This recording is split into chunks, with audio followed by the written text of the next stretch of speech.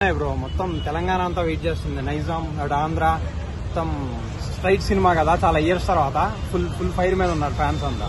చాలా హైప్ తో ఉన్నాం. పుష్ప రికార్డులు బ్రేక్ చేస్తుంది అంటారు, బ్రేక్ చేసే అవకాశాలు ఉన్నాయా? అవన్నీ అంటే ఇక్కడ ఆల్రెడీ హైప్ తో ఉన్న సినిమాలు కదా బ్రో అవి. పుష్ప వచ్చాక 2 కదా క్రేజ్. పుష్ప ఫస్ట్ కూడా అంత లేదు కదా.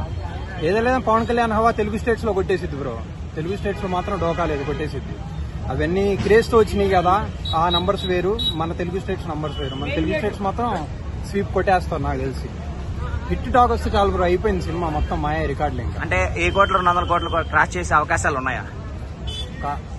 300 to 500 ఈజీ లేపేస్తారు బ్రో. 300 to 500. ప్రీమియర్ షోస్ కి చాలా ఎక్కువ కాస్ట్ పెట్టారని చాలా మంది విమర్శిస్తున్నారు. దానికి మీరు యాజ్ ఎ ఫ్యాన్ గా మీరేమంటారు? అందరు తీసుకుంటున్నారు కదా బ్రో, ప్రతి సినిమాకి ఇస్తున్నారు కదా, ఈ సినిమాకే కాదు కదా. అంటే లాస్ట్ టైం వార్ 2 కి అండ్ మిరాయికి ఇవ్వలేదు కదా, ఓన్లీ పవన్ కళ్యాణ్ సినిమా ఒకదానికే ఇచ్చారు. ఎందుకు ఇచ్చారని చెప్పి చాలా మంది అలా ఏముంది బ్రో, అల్లు అర్జున్ పుష్ప 2కి ఇంకా బాగా ఇచ్చారు. దీనికన్నా ఎక్కువ హైక్స్ ఇచ్చారు కదా పుష్ప 2కి. అలా ఏం లేదు. సో వాళ్ళ రిక్వెస్ట్ బట్టి ఉంటుంది. ఈ సినిమాలో ప్రకాష్ రాజ్ గారు కూడా ఉన్నాడు. సో ఎలా ఉండబోతుంది అనుకుంటున్నారు?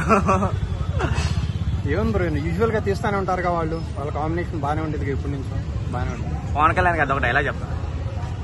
నాకు కొంచెం తెక్కు ఉంది, దానికి లెక్క ఉంది. Thank you.